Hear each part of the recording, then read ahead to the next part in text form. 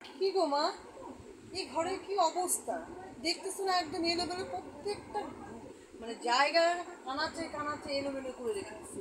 এটা কি ঠিক করো বলো তো? প্রত্যেকদিন আমার জন্য রেখে দাও, আমি টিউশন করে আসি, তারপরে আমি আবার সব কাজ করবো। আর ভালো লাগে নাকি?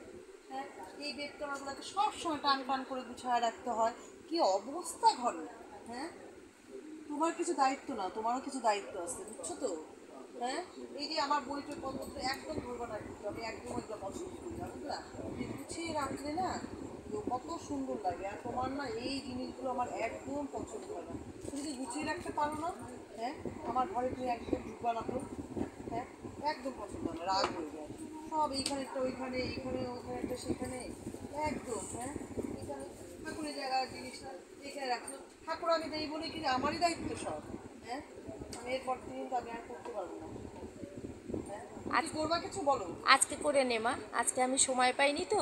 আজকে তুই করে নে, এর পরের দিন আর তোকে কিছু করতে হবে না, আমি করে নিব।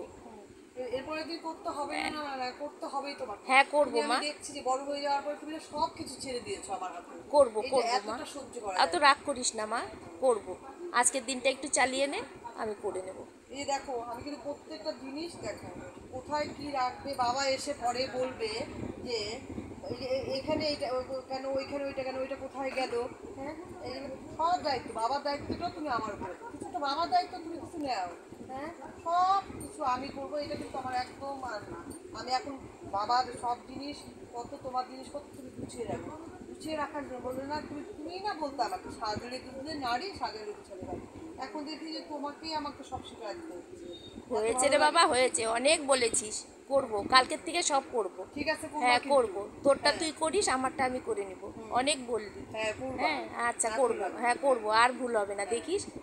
আমি করে নিব হ্যাঁ। সব, তোকে কিচ্ছু করতে হবে না। হ্যাঁ। সব আমি করব।